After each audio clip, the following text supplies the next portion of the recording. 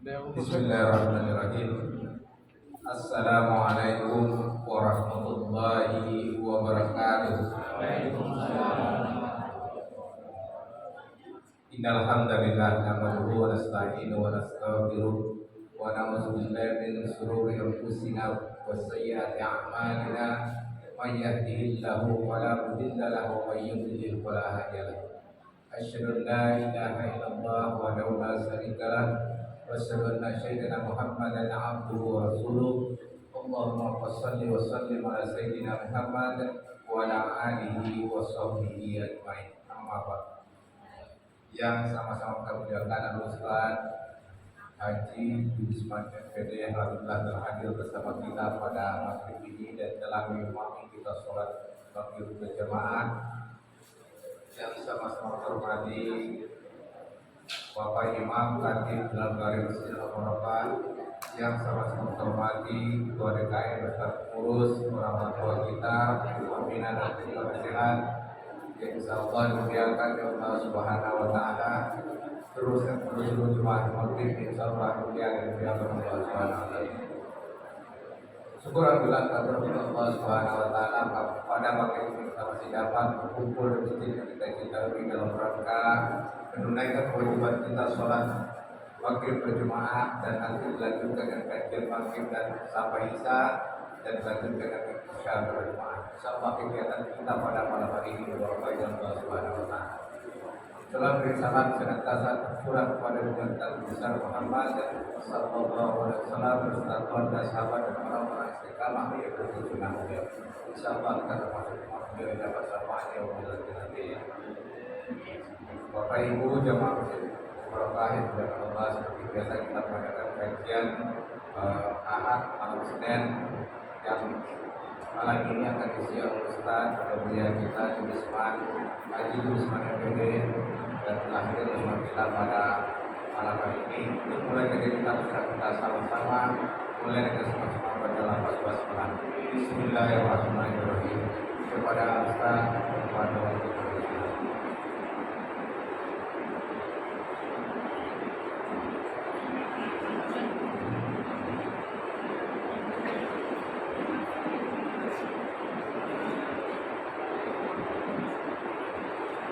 Bismillahirrahmanirrahim. Assalamualaikum warahmatullahi wabarakatuh. Alhamdulillahillazi anzala al-Qur'ana hudan lin-nasi wa bayyinatin minal huda wal furqan. Asyhadu an la ilaha illallah wahdahu la syarika lahu wa asyhadu anna Muhammadan abduhu wa rasuluhu la nabiyya ba'dah. Allahumma shalli wa sallim ala sayyidina Muhammad wa ala alihi wa sahbihi ajma'in. Rabbi shrah li sadri wa yassir li amri wa hlul 'uqdatam min lisani yafqahu qawli. Allah Ta'ala fi kitabihil karim, a'udzu billahi minasyaitonir rajim. Bismillahirrahmanirrahim. Inna 'iddatash shuhuri 'indallahi 12 syahran fi kitabillahi yawma khalaqas samawati wal ardh. Ila akhir ayat. Wabilul ayat inna a'tainakal kautsar fasholli li rabbika wanhar inna sani'aka huwal abtar. Wabilul ayat walillahi 'alan nasi hijjul baiti man istata'a ilaihi sabila. Shadaqallahul azim. Yang saya hormati pengurus masjid, imam, khatib dan bilal. Yang saya hormati bapak-bapak, ibu-ibu, kaum muslimin, kaum muslimat, jamaah pengajian jamaah sholat maghrib dan isya Masjid Al-Barakah yang hadir pada malam hari ini. Sehat kalau Bapak Ibu? Alhamdulillah. Sekiranya ada yang sakit, kita doakan sama-sama mudah-mudahan disembuhkan oleh Allah. Ada yang punya masalah, kita doakan mudah-mudahan Allah carikan jalan keluar dari masalahnya. Pun kalau ada yang berutang, kita doakan mudah-mudahan Allah melunasi hutang-hutangnya. Amin ya rabbal alamin. Pada ibu jamaah yang dimuliakan Allah, kita sekarang sudah berada di penghujung bulan Syawal. Dan kita akan menghadapi bulan Zulqa'dah, Zulhijjah dan nanti tahun baru Hijriah. Di dalam surat At-Taubah ayat 36 Allah berfirman, A'udzubillahi minasyaitonirrajim. Bismillahirrahmanirrahim. Inna indatasyuhuri indallahi 12 syahran. Sungguhnya bulan di sisi Allah itu ada 12 bulan.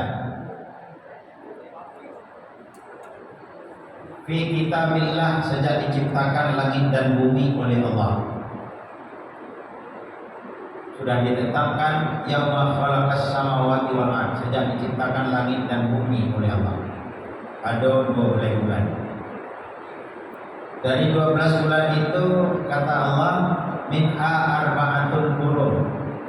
Di dalamnya ada 4 bulan haram.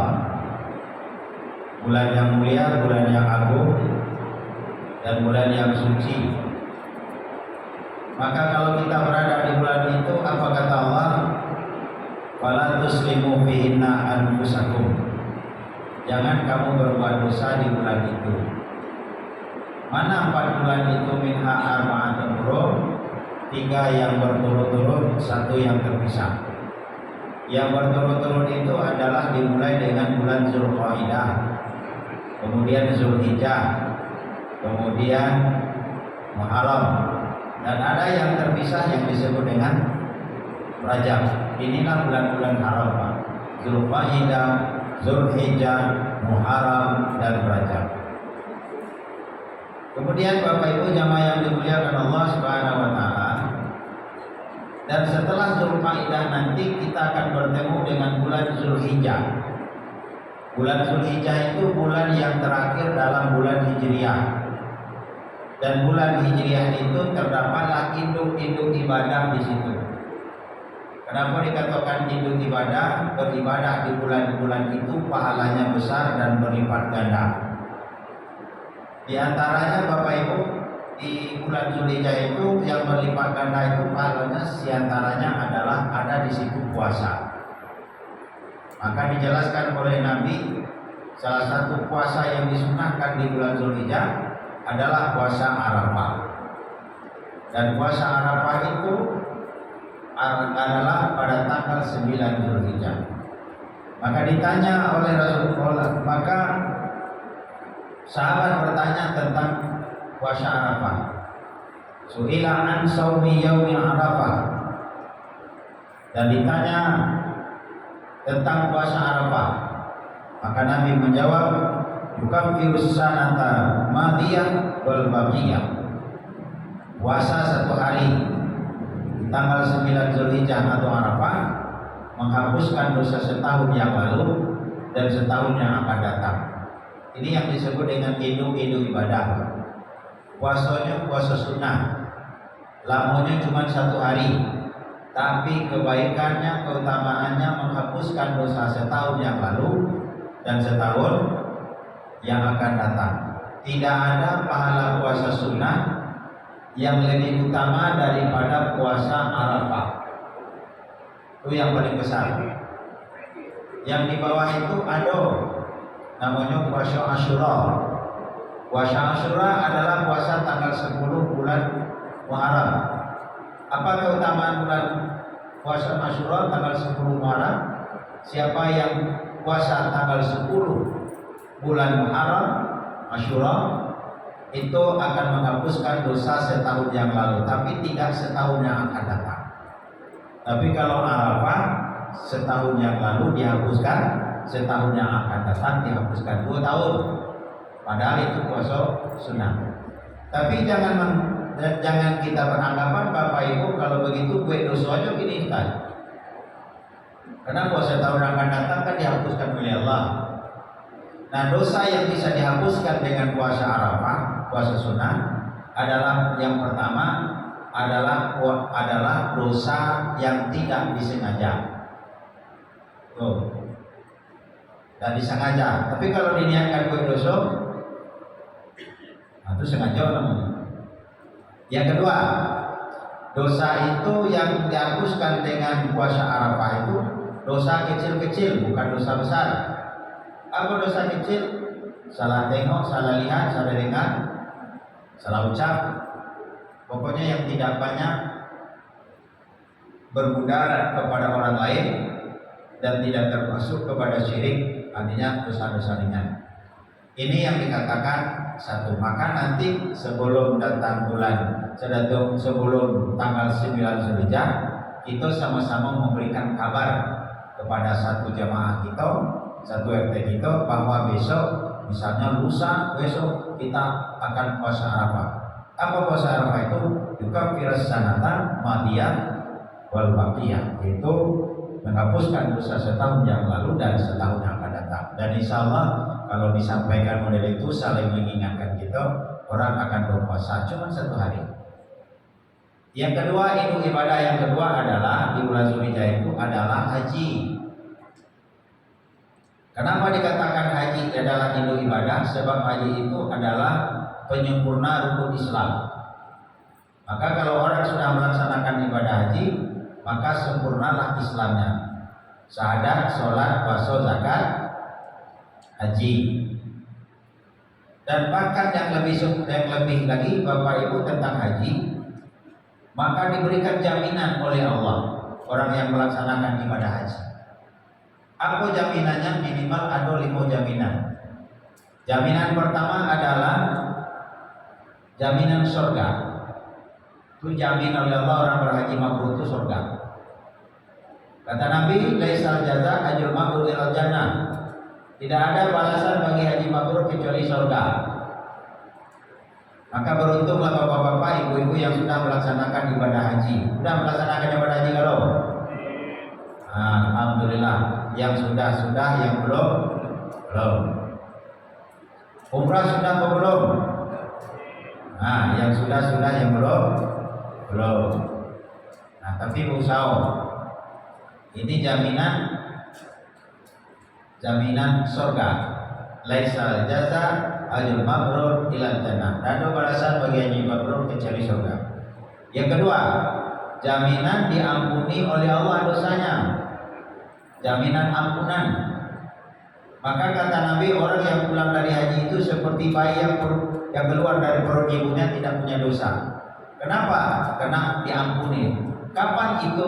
Itu lebih banyak ketika kumpulnya di Arafah. Ketika orang kumpul di Arafah, Bapak Ibu, maka Allah berpidato kepada malaikat. Hai malaikat-malaikatku, sedang apakah hamba-hambaku di padang Arafah? Dia sedang kumpul. Apa yang diinginkan? Dia menginginkan surga ya Allah. Apalagi dia menginginkan ampun dan dia bertobat ya Allah. Apa kata Allah ketika itu? Saksikan wahai malaikat, tidak banyak orang yang aku ampuni kecuali mereka-mereka yang sedang di padang Arafah. Dan semua orang-orang yang di padang Arafah asal dia ikhlas dan asal dia taat dan betul-betul, maka dia akan aku ampuni. Dan tidak banyak orang yang aku ampuni kecuali mereka yang berada di padang Arafah. Jadi jaminan diampuni oleh Allah. Itu yang kedua. Yang ketiga, jaminan doa dikabulkan oleh Allah. Jaminan doa dikabulkan oleh Allah. Kenapa doa dikabulkan oleh Allah? Karena kita berada di dua tempat yang paling suci di atas dunia, yaitu Mekah, Madinah, Arafah. Dua tanah suci itu adalah tempat terkabulnya doa. Pengalaman pribadi Bapak Ibu, saya pergi haji 2014. Waktu itu nama hajinya Haji Kosasi. Pergi haji karena ongkos dikasih, disuruh haji orang. Lalu sebagaimana yang disampaikan, berdoalah di depan Ka'bah, Pak. Saya berdoa.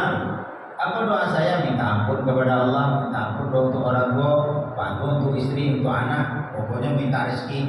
Dan salah satu doa saya yang agak lebay, Pak, yang agak lebay menurut saya itu berdoa minta ganti kendaraan. Itu yang agak lebay. Tapi saya ucapkan, ya Allah, 2014 ini saya punya kendaraan untuk berdakwah, yaitu Kijang Super. Untuk Kijang Super tahun 90-an. Kalau engkau mentakdirkan ya Allah, aku minta gantilah mobilku ya Allah. Kan lebih baik.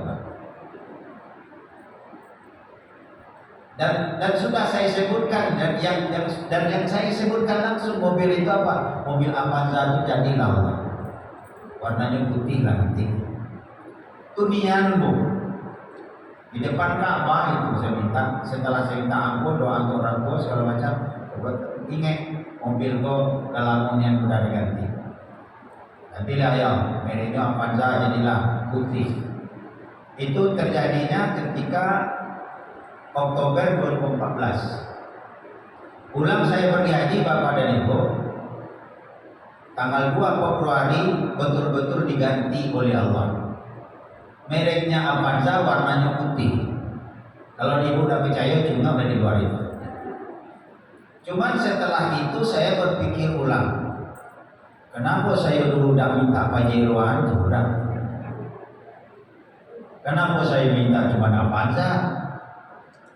Kan tanggung minta. Setelah saya pikir-pikir Bapak Ibu, ternyata hikmahnya apa? Allah itu akan memberikan, mengabulkan doa sesuai dengan kebutuhan, bukan keinginan kita, Pak. Sesuai dengan kebutuhan. Maka Allah berikan, ilhamkan kepada diri saya, kepikiran saya dan kepada hati saya untuk meminta Avanza. Kenapa? Cukup kau minta Avanza ke Jawa. Tidak usah kau minta Pajero. Kenapa? Yang pertama kau cuma guru, cuma dapat gaji. Kalau itu tambah sertifikasi dikit, cuman kau juga punya anaknya, maka Avanza sudah cocok ke kau. Daripada kau nanti kau minta Pajero, diberikan Pajero harganya mahal, pajaknya 8 juta, kau cuma guru. Ternyata apa yang diberikan oleh Allah kepada kita betul-betul itulah yang terbaik menurut kita, Pak.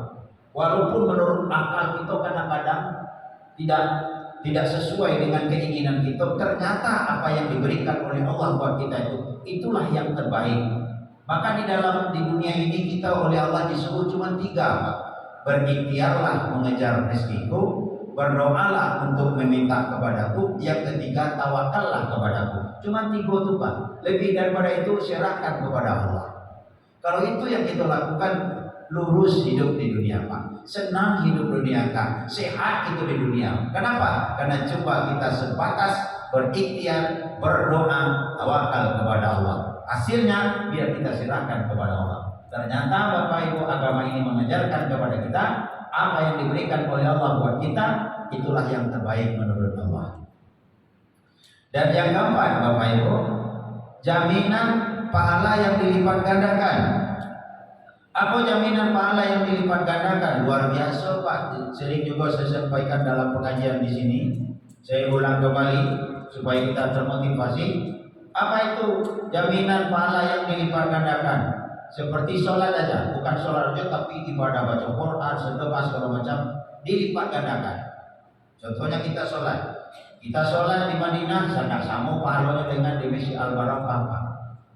Di Madinah kita sholat 1 kali, di Masjid Nabawi cuma satu kali. Di Madinah di Masjid Nabawi kita sholat 1 kali, di Masjid Al-Barakah 1000 kali, Pak. Jadi kalau kita sholat di Masjid Al-Barakah 1000 kali, maka pahalanya sama dengan 1 kali di Madinah. Berapa hari kita di Madinah? 8 hari. 8 kali 5 40, namanya sholat arba'in. Itu berjamaah kali 27 kali 100.000. Itu pahala tuh, Pak. Apalagi tambah lagi di Mekah, Pak, di Masjid Haram. Kita saat jadi sholat di Masjid Haram pahalanya 100.000 kali dibandingkan sholat Al-Barakah ini. Kita sholat di Al-Barakah ini 100.000 kali, Pak. Ada nggak itu di antara kita yang sholat 100.000 kali? Tidak ada, kan? Nah, sholat di Masjid Al-Barakah 100.000 kali, bandingkan pahalanya cuma 1 kali di Masjid Haram. Berapa hari kita di Masjid Haram? Ada 20 hari, Pak. Bayangkan aja 20 hari. 20 kali 5 100. 100 kali 27 kali 100.000. Jadi itulah pahala yang kita dapatkan. Banyak pahala. Makanya ada juga orang yang pulang haji dan sembahyang lagi, Pak. Kenapa ada sembahyang lagi? Nah, kebanyakan katanya. Nah, begitu pahala, jaminan, Pak. Orang yang sembahyang lagi dan sembahyang. Jadi itu yang saya katakan, Induk ibadah tadi. Makanya kalau ada orang ada tahun ini berapa ongkos naik haji Pak? Ongkos naik haji berapa sekarang? 50? 50 juta? 150.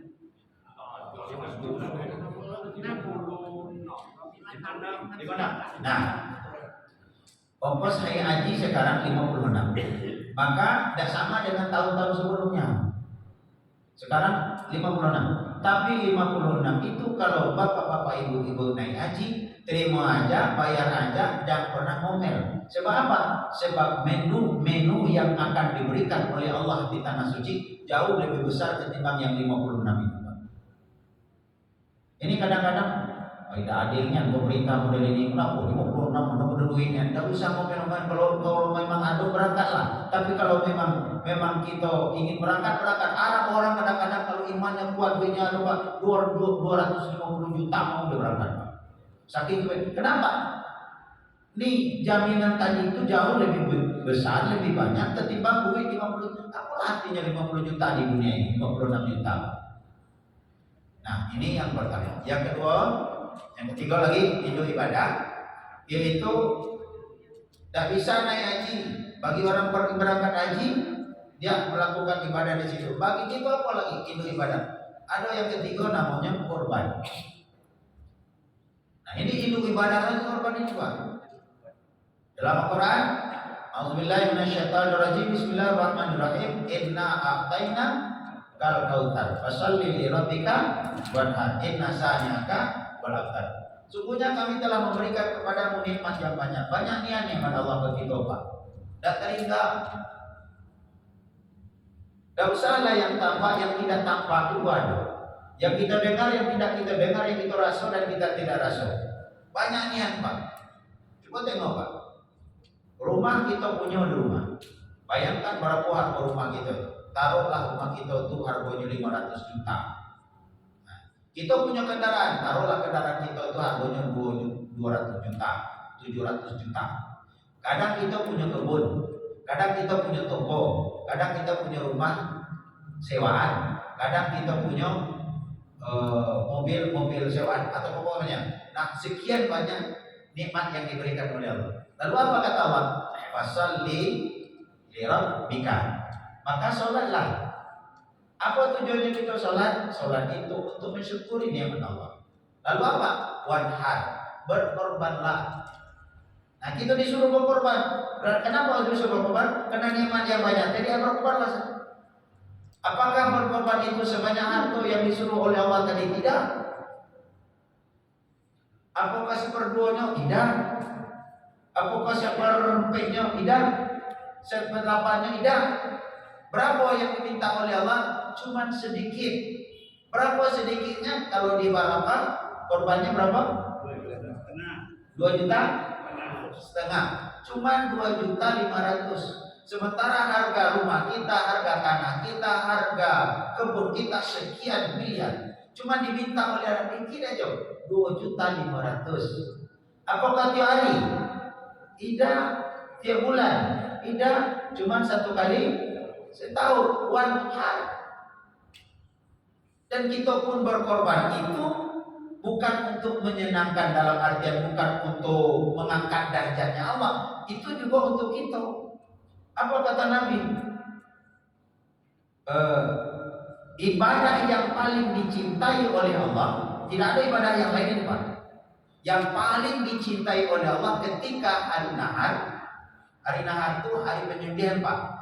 10, 11, 12, 13, 10 Idul Adha, 11, 12, 13 Tasyrik.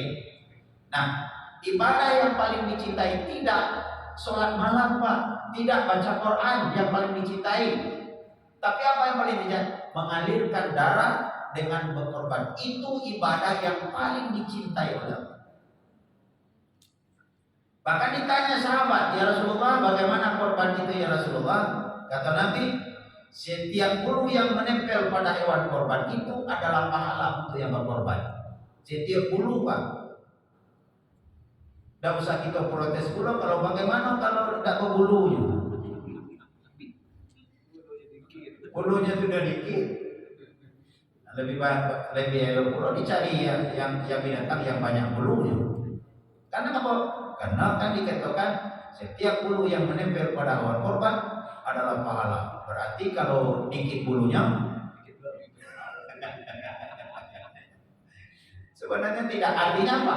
Selebar sekecil bulu pun dari daging dari korban yang kita korbankan itu adalah pahala. Bukan setiap bulu yang bulunya itu, setiap kecil dari rambut itu sudah diberikan pahala. Dan ini akan menjadi tunggangan kita nanti di yaumil kiamah. Tunggangan kita nanti di yaumil kiamah. Nah, kita bapak-bapak dan ibu-ibu, kita mengaku diri kita jadi nabi, kita menjadi umatnya Nabi. Nabi Muhammad berkorban, kita tidak. Nabi Muhammad itu berapa korbannya? Nabi Muhammad itu berkorban 100 ekor, Pak. Pernah Nabi Muhammad itu berkorban 100 ekor domba, Pak. Ada nggak di antara Bapak Ibu korban 100 ekor domba? Nah. Dan beliau sendiri yang potong, Pak. 100 ekor tuh boleh potong 1, 2. Kita kadang-kadang 10 ekor aja potong tuh lita. Nabi memotong 100 ekor onta beliau domba yang beliau potong 1, 2 sampai 63. Beliau dengan tangan beliau sendiri potong. Cuman ketika 63 beliau berhenti. Padahal korban beliau ada 100. Maka untuk melanjutkan 64 Ali bin Abi Thalib. Tapi tetap 100. Berarti ada 2 di sini, Pak. Yang pertama, boleh minta penyembelihan kepada orang lain. Nah, itu 1. Tapi kalau utamanya kita yang menyembelih korban kita sendiri. Nah, di situ. Nabi menyembelih korbannya sendiri. Tapi kalau kita tidak mampu, tidak sanggup, boleh mewakilkan seperti Nabi mewakilkan kepada Ali bin Abi Thalib. Itu hikmah yang pertama. Hikmah yang kedua, orang tidak pernah berpikir waktu itu para sahabat, kenapa Nabi itu berhenti pada angka 63. Tapi setelah beliau meninggal dunia, baru tahu 63 berhenti dan Nabi meninggal usia 63 tahun. Artinya memberikan ilmu kepada kita bahwa Nabi itu menginginkan setiap tahun dari umur beliau itu berkorban. 63 usia beliau, 63 korban beliau yang beliau sembelih sendiri. Kita yang kadang-kadang Bapak dan Ibu sudah berkorban tetap mampu, tidak berkorban lagi, tidak. Kenapa? Rasulullah 7 kali. Jadi apa? Sudah berilah lengkap dan cukup. Tidak. Setiap tahun kalau ada kesempatan, kalau ada harta, tetap berkorban. Lalu kalau kita tidak berkorban, jangan menurut Imam Malik wajib hukumnya bagi yang mampu. Sehingga dalam hadis itu dijelaskan siapa yang mampu berkorban pada hari korban itu, lalu dia tidak berkorban, la taqrabah haji musallana. Jangan deket-deket ke tempat sholatku ke Nabi. Sholat Nabi umum di masjid. Maka kalau tidak berkorban, yang mampu berkorban tapi tidak berkorban, ada deket-deket kepadaku. Itu orang mampu menjadi umatku, tapi dia tidak mau mengikuti aku. Aku 63 tapi yang satu pun tidak, setangkai tidak. La taqrabah haji musallana, jangan mereka dekat ke tempat sholatku.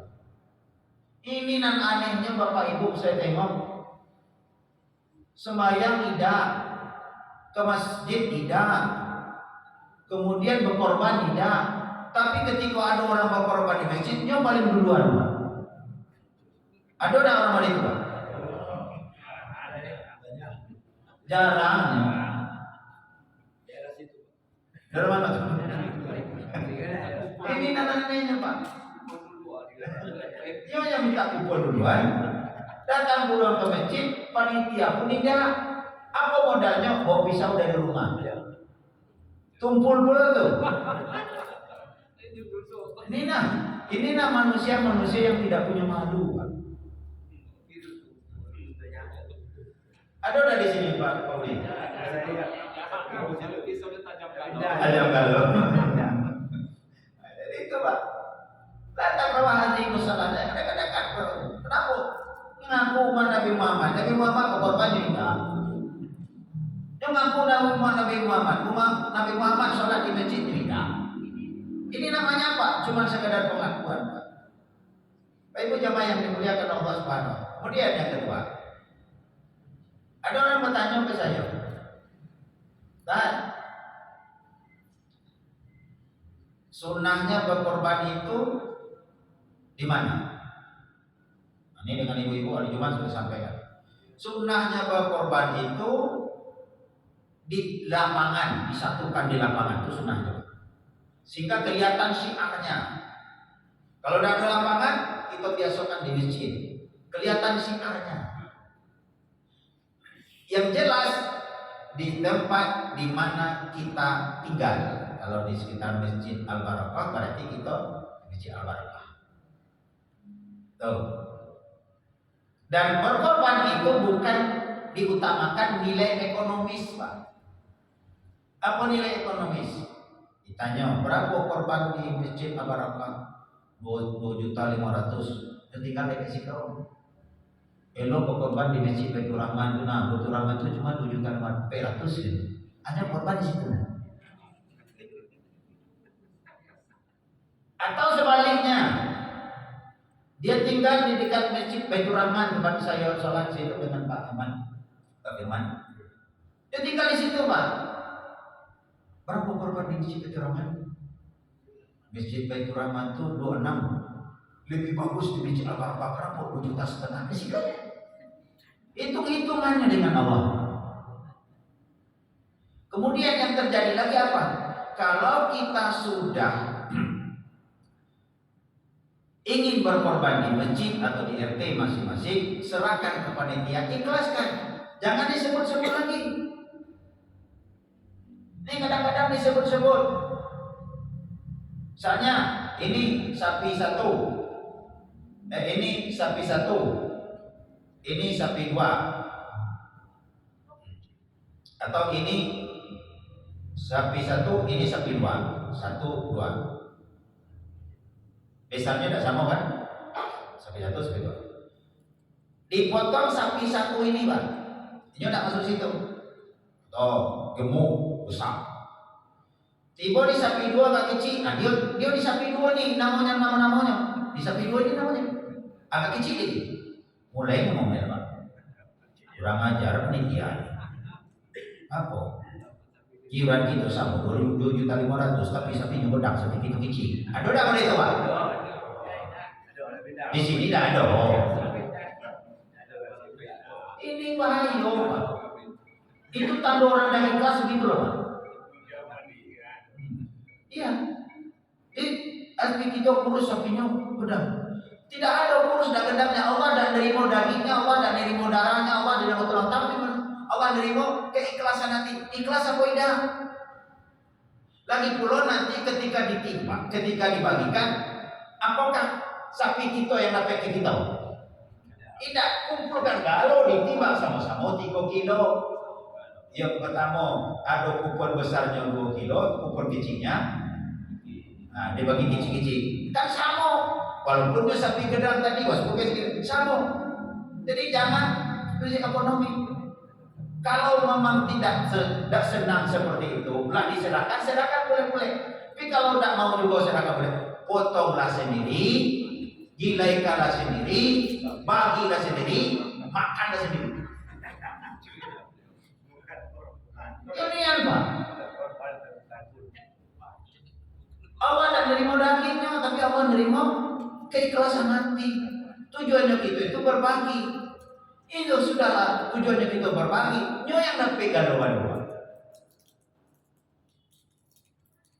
Pokoknya hati dapat, info dapat, seluruh macam dapat. Kadang-kadang kasih yang satu sudah penuh, kasih yang kedua ngikut OTW penuh. Ini luar biasa. Jadi Bapak dan Ibu jamaah yang dimuliakan Allah Subhanahu wa taala, yang penting kita ikhlas. Dan ikhlas itulah Allah tidak. Maka beda dengan sholat, Pak. Beda dengan puasa. Orang puasa baru mendapatkan pahala ketika dia sudah selesai puasanya dari pagi sampai sore. Catat. Orang yang mendapatkan pahala sholat setelah selesai sholat dicatat pahala sholat. Tapi kalau dalam pertengahan sholat biasa batal, maka belum dicatat. Tapi kurban Pak, apa kata Nabi?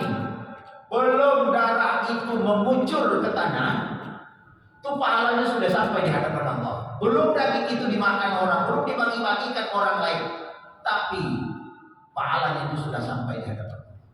Jadi berugilah rasanya kita Bapak Ibu tidak berkorban. Kalau kita masih ada kesempatan berkorban.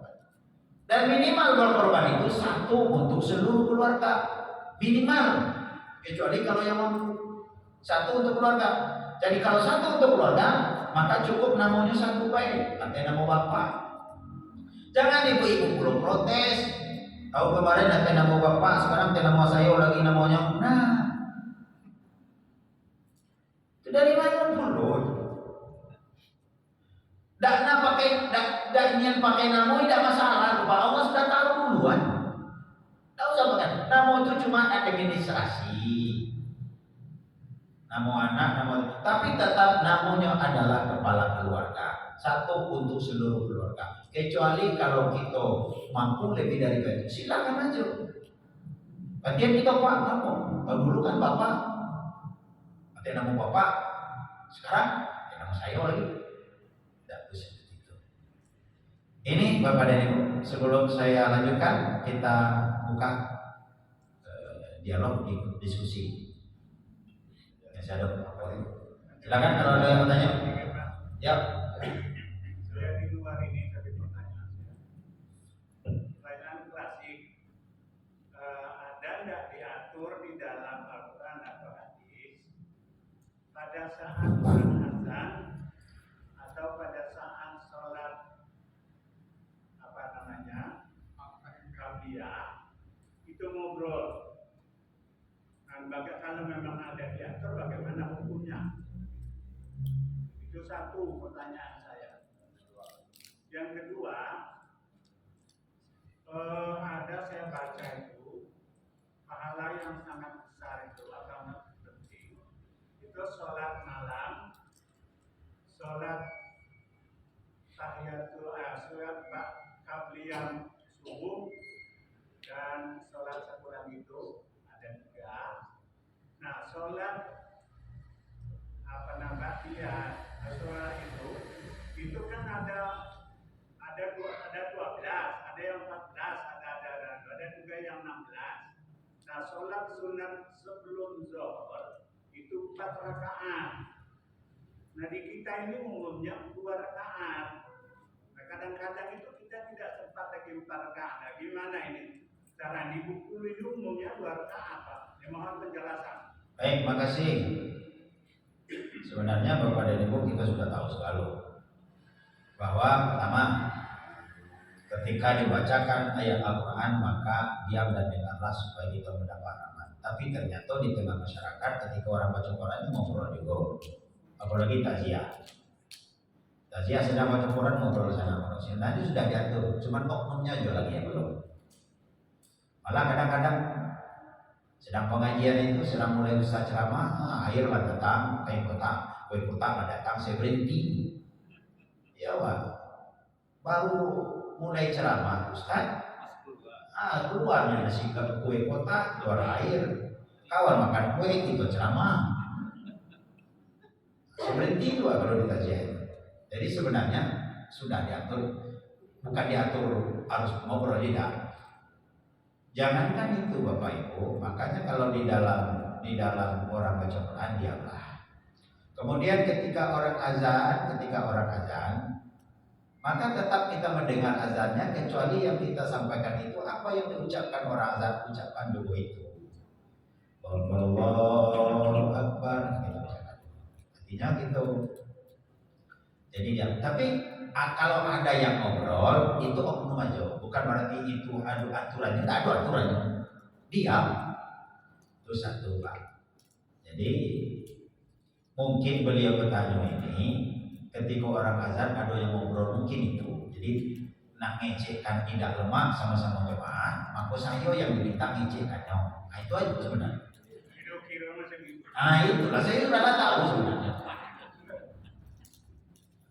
Tuh, yang kedua. Yang kedua, masalah sholat sunat.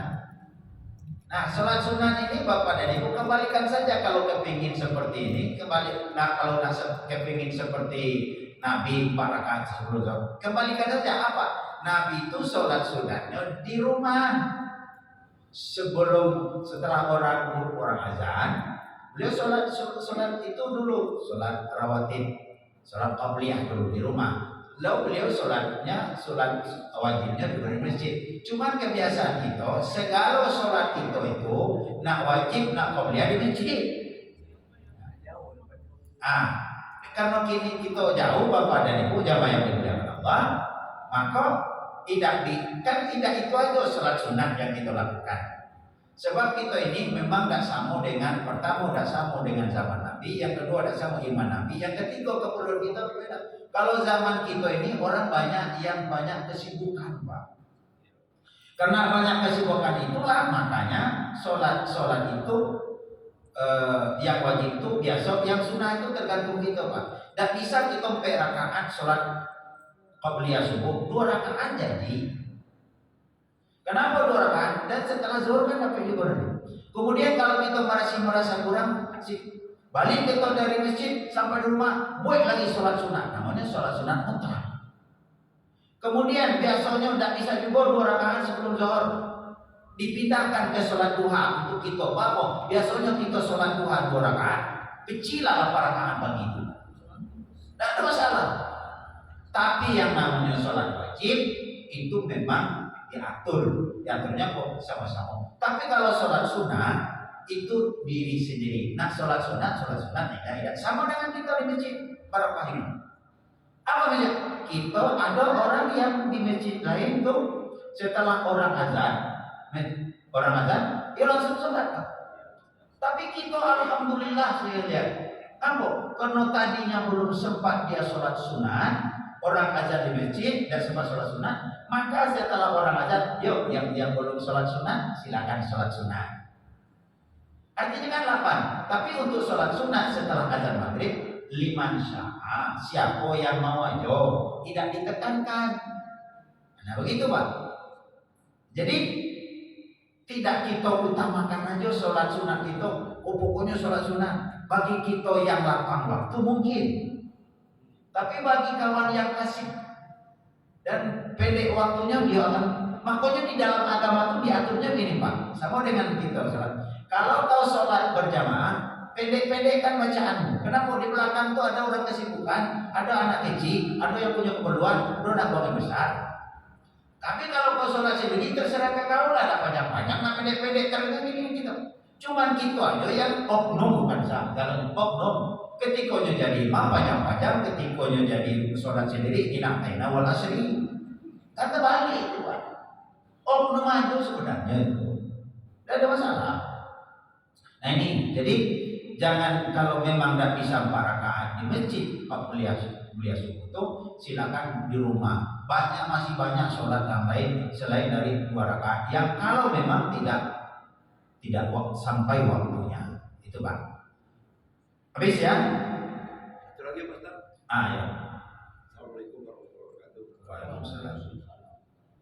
Tadi kita menanyakan, tapi sebenarnya sudah disampaikan Pak Ustaz tadi. Mohon maaf Pak Ustaz, untuk bulan barokah tahun ini insya Allah kita bisa selesai kok. Ada warga kita, mohon maaf para jemaah, yang kita ajak untuk berkorban, dia selalu menjawab saya ikut di perkumpulan. Padahal dia tinggal di sini. Tapi mohon maaf jemaah ya, kalau ada yang ada di sini. Selalu setiap tahun kita ajak untuk itu, selalu alasannya begitu terus. Ikut di perkumpulan di luar daripada lingkungan di sini. Bagaimana itu menanggapi Ustaz? Kemudian kalau toh kita itu mau, memang kebetulan barangkali ekonominya memang pas untuk satu keluarga, artinya dari sana, bagaimana dengan situasi seperti itu menghadapi warga itu? Terima kasih Pak. Baik, pertanyaannya sangat-sangat bagus sekali. Tadi sudah saya sampaikan, maka yang kita berkorban itu di mana kita tempat tinggal kita, disitulah kita berkorban utamanya, afdalnya. Kecuali kalau di sini sudah banyak berkorban, sementara penerima daging korban juga sudah sudah terpenuhi, lalu di pelosok di situ tuh tidak ada berkorban, orang tidak ada berkorban, padahal penerimanya lebih banyak puluh di situ nak makan daging, sementara ada orang, maka boleh di drop dari sini ke tempat yang lain. Tuh. Boleh, tapi utamanya tetap di sini. Maka apa yang beliau sampaikan tadi bagus pertanyaan beliau. Kalau memang di perkumpulan itu silakan, tapi tetap penerima korban itu jelas ada. Yang penting penerima korban itu ada fakir miskin, ada yang untuk kita hadiahkan, ada yang kita untuk makan dewe.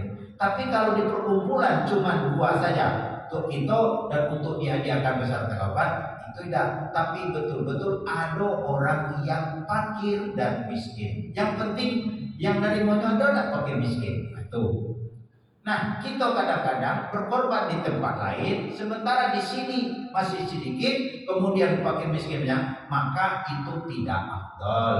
Walaupun itu boleh, tapi afdalnya kan di sini tadi. Nah, itu Pak. Ya, sama dengan kita.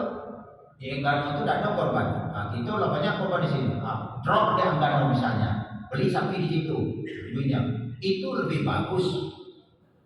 Tidak mesti pulau yang kita berkorban ke Enggano itu kita perlu potong di situ ya. Nah, itu yang pertama.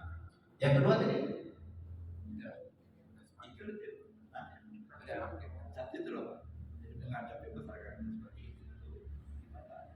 Ya, makanya kita ceramahnya tentang korban itu untuk memberikan gambaran, memberikan pembelajaran bagi kita.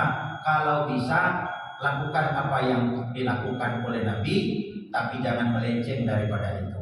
Dan kemudian yang penting tadi sudah saya katakan, korban itu kalau tidak bisa banyak, satu aja kita berkorban, tapi tetap untuk seluruh keluarga. Sebab kata Nabi itu, lihat dulu tetangga dekatmu. Sebab kalau kita mendapatkan kebaikan, yang pertama tahu tetangga kita. Kalau kita dapat keburukan, yang tahu tetangga kita. Maka Nabi sampai ngecekkan, andai kata bolehlah tetangga dengan tetangga yang warisat, bolehlah seseorang mewarisi dengan seseorang mewarisi itu kalau dia meninggal dunia, maka akan kalau suruh seorang tetangga itu mewarisi harta tetangganya. Saking tetangga itu penting, Pak. Ini kita di tetangga kita kadang-kadang tujuannya berkorbankan mendekatkan silaturahim, Pak, mendekatkan hati kita. Sama dengan ibu-ibu berkorban, nge-nge Bu. Ibu peserta korban, jangan ibu makan dewe. Kenapa? Di dalamnya ada nilai silaturahim dengan adik, dengan kakak, dengan famili kita. Nanti apa? Kita berkorban, adik kita tahu tapi tidak kita kasih. Kenapa ayu berkorban tapi aku tidak dikasih? Nah, makanya itu ada namanya kupon kecil tadi untuk keluarga kita. Silaturahim itu jangan gitu jadi makannya. Kalau kita sendiri makannya beli aja di pasar minggu gitu. Demikian saja Bapak Ibu yang dimuliakan Allah. Terima kasih. Subhanallah wa bihamdika asyhadu an la ilaha illa anta astaghfiruka wa atubu ilaik. Assalamualaikum warahmatullahi wabarakatuh. Waalaikumsalam warahmatullahi wabarakatuh. Terima kasih kepada Ustaz yang telah memaparkan tentang kurban kepada kita. Semoga kita dapat mengambil hikmah dan pelajaran ke depannya.